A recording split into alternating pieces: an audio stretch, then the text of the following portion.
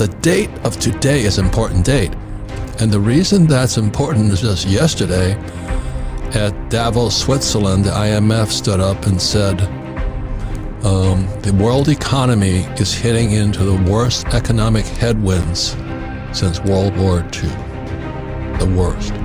This is about as macro an environment as I've ever seen, and I think most people's read on it is probably wrong. So why World War II?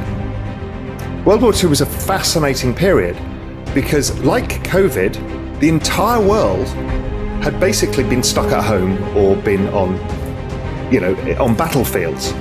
Everyone came back. There was no supply of commodities and goods. Global supply chains were broken, and everybody came back and started consuming again. And guess what? Inflation went up to 13% or something, maybe even higher. And that period was fascinating because interest rates went up, and the first thing that happened was the economy went straight back into recession and inflation went negative.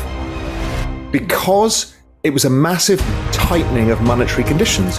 The US economy is back in the headlines, with more economists and financial experts warning of an impending downturn at some point in the end of this year or start of next year. For nearly 2 years, the US economy has notched blockbuster gains, with millions of new jobs and wage hikes adding to the streak of good news. Families and businesses were flush with cash, which they used to buy houses, cars, electronics, and other big-ticket items. That extra spending, combined with lingering supply chain shortages and delays from the pandemic, helped in driving up prices and contributed to the highest inflation of 40 years. These issues are now leading to the common question among experts that whether it is the end of the American empire. Last month, the International Monetary Fund (IMF) has also cut its global growth outlook for the second time this year, citing the war in Ukraine and singling out inflation as a clear and present danger for many countries. On the topic, Raoul Pal, the founder and CEO of global macro investor and Real Vision, joined the famed Rich Dad Poor Dad author Robert Kiyosaki and talked on what exactly is happening in the world's economy, the likeness of a recession, and if there's a depression in our future. They also discussed the possible timing of a recession and what the Fed will have to do to keep the economy from dropping into a depression. Raoul Pal thinks that the recession will happen at a shocking speed in the matter of months, similar to 1974. Listen to both Raoul Pal and Robert Kiyosaki, but before that, take a second to smash the like and subscribe button if you haven't done it yet. Enjoy watching. You raised the cost of goods on people and didn't raise their salaries enough. People couldn't get the goods that they wanted, exactly like now, and everything collapsed. So we went back into recession, and then eventually some better times. And I'll come back into the 1940s and 50s because I think it's a really important parallel that most people misunderstand. The next time we saw anything remotely like this was 1974. A lot of people tell you it's the 70s again, inflation. Well, the inflation episode we had in the late 70s was driven by demographics. That was the baby boomers entering the workforce all at the same time. It was the largest demand shock the world had ever seen. And we had a supply shock of these oil crisis, of the Arab oil embargo. That's not repeating now. What is actually more similar is 1974. 1974 was the Arab oil embargo. The price of oil tripled and interest rates went up. Inflation shot up. And the immediate effect was the economy went down the toilet. Almost do not pass go. The stock market fell 50%. And the ISM survey, which is a good guide to the business cycle, it's the Institute of Supply Managers survey. Anytime it crosses below 50, suggests the economy is getting weak. A recession comes at about 47. It hit 30, which was the lowest in all history. And it happened in a space of 4 months. It went from roughly where it is today, which is around 55, and went to the lowest level in 4 months, based on exactly the same kind of setup we've got now. So are you saying that the 70s are now pretty close? Yes, and inflation fell in 1974 afterwards. People are still thinking inflation goes on forever. It did not, and it did not in the 1940s either. Then the next one up is 1984. 1984, we saw an issue where global trade, there was a huge amount of trade disputes. The dollar was pretty strong, like it is now. Interest rates were going up, and inflation was high.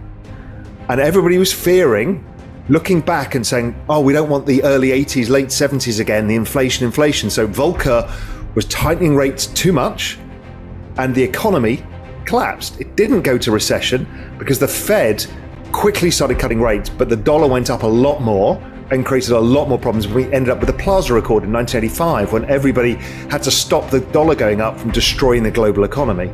Right. So then the next time we see something similar was 2008. 2008, if you remember, the oil price was at $147. Inflation was 6%. The Fed had been cutting into that because the economy was imploding. 2018, exactly the same. Oil prices high, inflation high, the Fed were hiking rates, trying to tighten the balance sheet, and what happened is the economy rolled over really quickly again. Okay, so what's going on here? Why does this phenomena keep happening? Everyone extrapolates inflation out forever. What actually happens is that consumption falls because we've tightened monetary conditions. So tightening monetary conditions to ordinary people means the cost of your mortgage has gone up at the fastest pace in history. Over a 1 year period, mortgage rates have never risen this fast. So any money you borrowed has suddenly got much more expensive. Your wages haven't kept up with the cost of just basic services like food. So you're actually feeling poorer. So you can't consume as much, and you start not consuming other things. People overextended on housing because they rushed into housing in 2020 and 2021, and the rates have gone up for them. Also, just the rise in things like the cost of oil has meant that gas prices, all of this stuff, and then the rise in the dollar, which is a monetary tightening. All of these things get together would suggest, and I put them on a chart, it suggests that the ISM is going back to 30, which is as it was in 1974, which is a terrifying fall. Now, what does ISM stand for? Institute of Supply Management. It's the survey of buyers at corporations who buy goods and services. They ask them, what is your read in the economy? How much inventory have you got? What are prices paid like? That kind of stuff. And they create these surveys, and they're readily available online, and you can have a look at them. And they go up and down with the economy. They tend to lead the economy. And it's suggesting that if we're not careful, we could have a very sharp, nasty recession, meaning kind of a negative 5% GDP recession. It might be short, depending what the Fed does, and we'll come on to that in a bit. So we've got the setup that we've seen many times in the past. We've got the forward-looking indicators, this monetary tightening, suggesting we've got some real pain to come. Then the anecdotal evidence, we're seeing all the tech companies who were bulletproof laying off staff and giving earnings warnings because everybody can't raise prices enough, so their margins are falling and people have overextended. Amazon said, we've hired too many people. They're one of the biggest employers in the United States. Okay, this is not good, but the answer to higher prices is higher prices.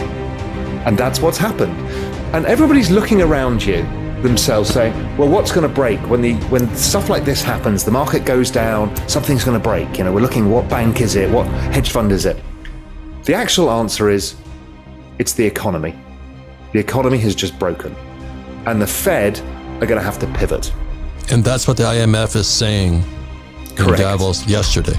They're saying, and it's dead right, the monetary conditions that we've imposed on corporates and people is the biggest tightening in all history. Wow. We've also got China slowing down very fast because the lockdowns, but also they've been in recession. So we've got and Europe with a war and having to deal with this energy transition. So we've got no leg of global growth here. Before you leave,